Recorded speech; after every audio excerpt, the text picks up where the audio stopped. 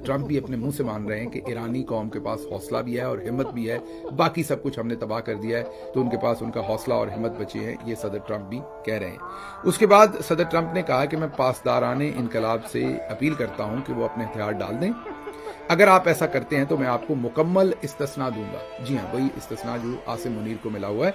उन्होंने कहा कि मुकम्मल इस्तिस्ना दूंगा जिसके बाद आप बच जाएंगे। सदर ट्रंप की पासदाराने इनकलाब को धमकी।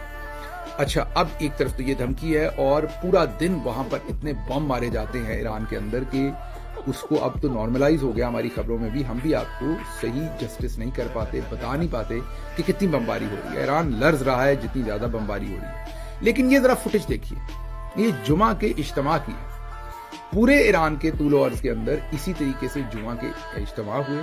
खलकत किस तादाद में आई वो आप खुद देख लीजिए। इसके बाद लोग सड़कों पर भी निकले जुमे की नमाज के बाद और अपनी फौज को, अपनी हुकूमत को उन्होंने एश्योरेंस दी कि पूरी कौम उनके पीछे खड़ी है, डटे रहिए।